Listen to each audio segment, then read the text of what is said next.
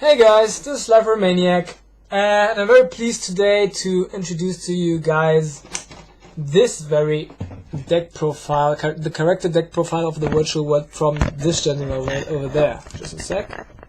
There we go. From Crump.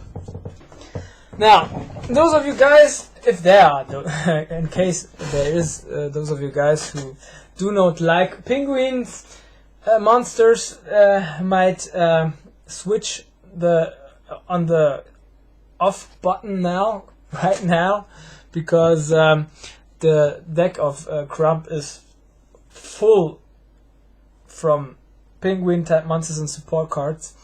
Of course, I did put also cards in there which he did not utilize into the battle, as they weren't existing in the anime at all, and are TCG exclusives. Other than, of course, his deckmaster, the Nightmare Penguin.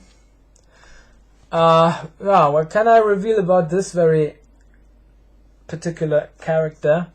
Crump was one of the elite or big five member of this circle of elite company guys which were serving the Kaiba Corporation before, and Crump was tagged for the financial dealings into the company. So he was, you could say, someone who was calculating very well, which I have to criticize. You could not see that well as in his battle abilities, as he, you might say, was even defeated by a beginner like Gardner, who of course had the one or other duel before, but still wasn't beginner. And yeah, let's jump just into the monsters. Of course, his deckmaster was the Nightmare Penguin, as I mentioned earlier. Then, as a TCG exclusive card, I put in there also the Glacial Beast Polar Penguin, the Penguin Ninja, 2 times, the Penguin Knight, 1 time, then the No Penguin. I don't know how it's called in English, but in German it's No. It means no Penguin. The Penguin Soldier. Now these are all cards which he did not play out in his battle, but yeah, except for this gentleman over there, the Nightmare Penguin, which was of course his deckmaster and had special abilities, but I'm not fully aware of which he had. I think he boosted the attack stats of all water type monsters on the field by 200, or maybe even more, something like that. And then the Waker Penguin, 2 times. The Penguin. No, this is the Penguin Knight. The other one 2 times. Before is called, I think, Penguin Soldier or something like that. Then I've got Volt Penguin, which he did in fact play out in the anime, as well as the Flying Penguin,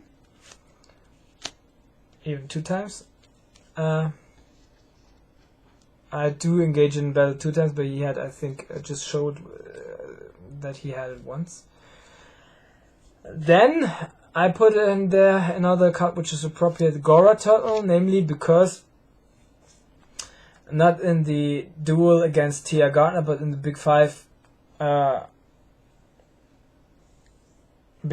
duel against Yughi and Joey, as he was on the turn to take the lead.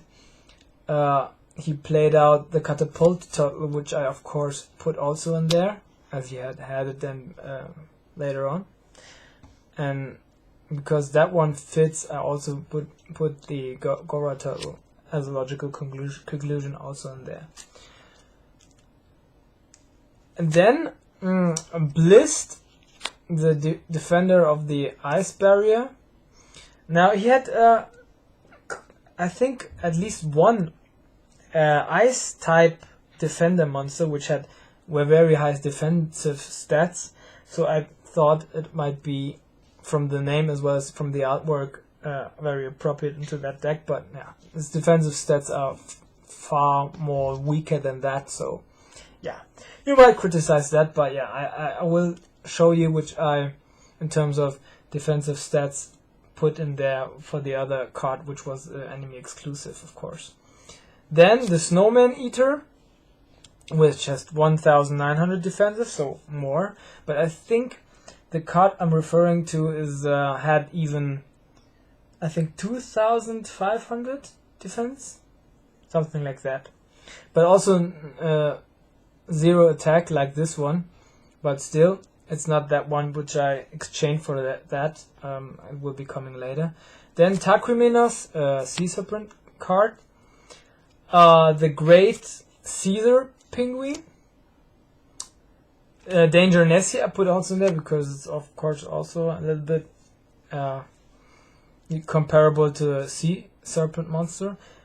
And Giant Red Sea Snake, which he virtually played out in the anime. And now that card, which was monster card, which I was all the time referring to, was Frosto Dinosaur, with the I think attack 2,600, but the defense I think 1,700. But the artwork looks very similar to that one, to that ice monster which Crump played out, but still it is an anime exclusive card. So yeah, it's not there. So furthermore, we're going on onto the spell cards. Of course, I put in there Ice Mirror, which I thought was appropriate into that ice theme. Then Power of Kaishin, equipped spell card which boosts your wild type monsters. Of course, Pot of Greed as a staple. Offerings to the Doomed, which he engaged to the battle with Tia Gardner. Then Dimension Hole, a staple which was played out practical from many duelings into that arc. Surface, a spell card which can get you your, I think, fish, sea serpent or aqua monster with level 3 or fewer. You can special summon them from your graveyard. One of course. Then White Fog, I think it is called, 3 times, because I think it has it is an equip spell card which if an attack is declared, which the equip monster is taking part into, the effects of magic, spell and trap cards which your enemy or opponent controls are negated until the end of the turn. And if your equip monster card destroys opponent's monsters, you can then destroy all spell and trap cards which your opponent currently controls. But one negative side has this very card. If it is destroyed, you get 3,000 damage points, and I put another trap card in there in order to just block that effect or put it into your opponent. But further on, I will be talking later about that. Coming back to it, I put also in there Change of Heart to go further, Dark Hole, Kingly Penguin, Grave Garden, of course Cold Wave, a card which he certainly played out against Tia. I have another one of the Kingly Garden, and Savage, and in case you want to get one or two of your aqua type monsters back into the to your hand. With 1,500 attack or fewer from your graveyard. Yeah. Then, of course, Monster Reborn as a staple and Premature Burial. As a matter of fact, I put also for stall power the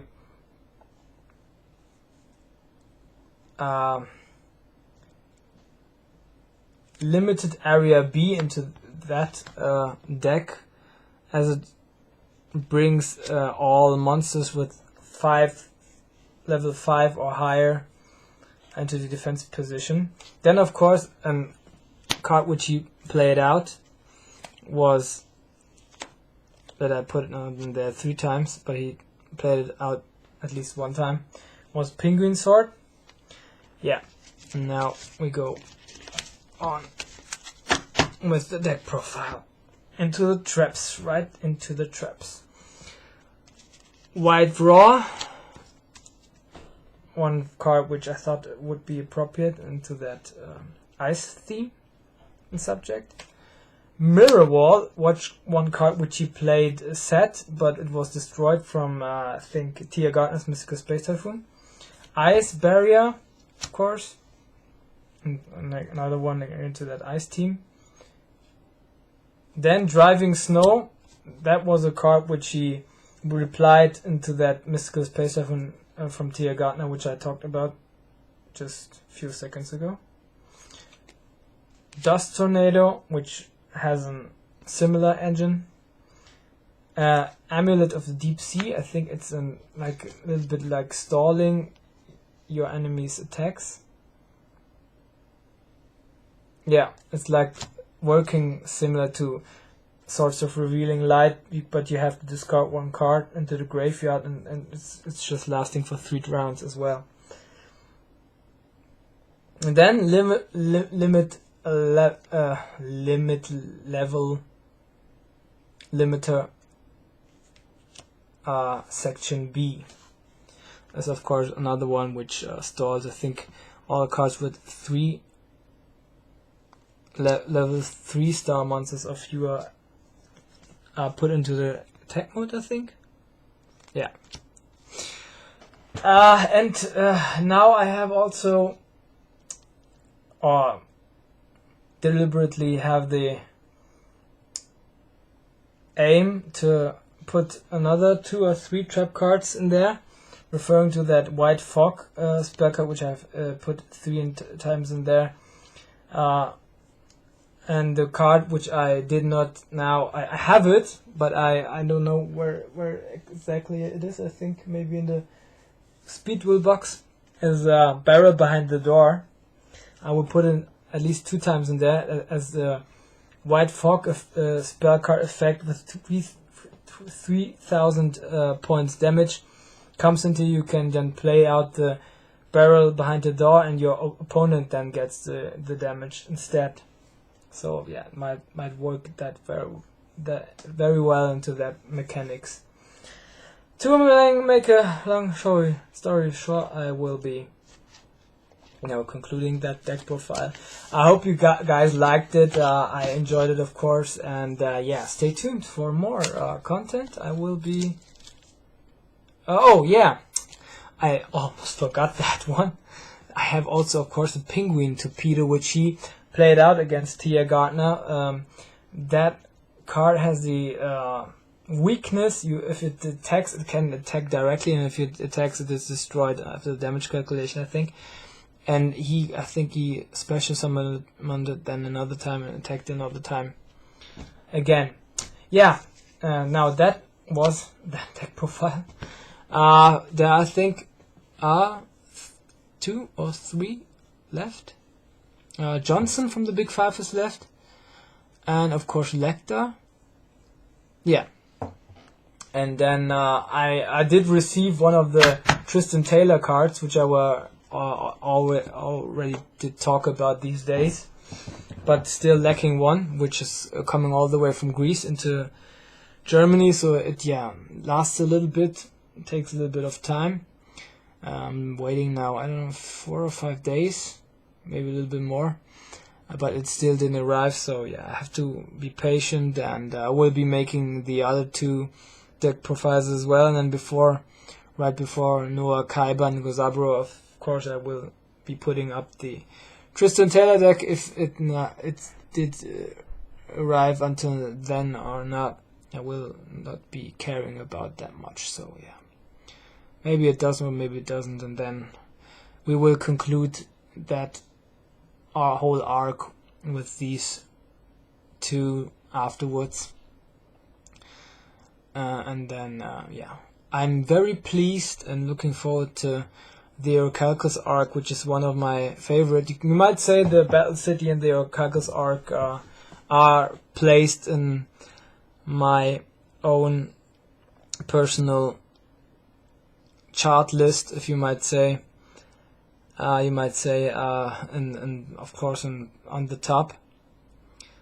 Sometimes I say yeah, Battle City was cooler, and the other times I say yeah, Orichalcos. So it's this way or that way, but I love both of them very much. Yeah, I think I have now talked enough, guys, and I hope you have a nice evening, and sleep well, and good night. You're a Slifer Maniac. Bye!